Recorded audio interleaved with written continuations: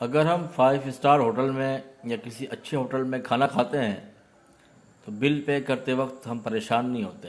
अच्छी बात है, अगर कोई अच्छी चीज़ खिला रहा है आपको उसका बिल पे करना चाहिए। 5,000 हो 10,000 हो, हमें कोई परेशानी नहीं होती, बल्कि हम टिप भी देते हैं। अच्छी बात है, ये भी अच्छी बात है। लेकिन सवाल ये है, जब हम किसी रेडी वाले से कुछ लेते हैं, फ्रूट हो या सब्ज़ी हो, उस वक्त हम क्यों परेशान होते हैं? या फिर किसी रक्शे में बैठते हैं, टैक्सी में बैठते हैं या बस में बैठते हैं, किराए में देने के लिए परेशानी क्यों होती है? ज़रा सोचिएगा ज़रूर कि ये सवालिया निशान है हमारे लिए कि हम कहाँ जा रहे हैं, किस सिमत चल रहे हैं।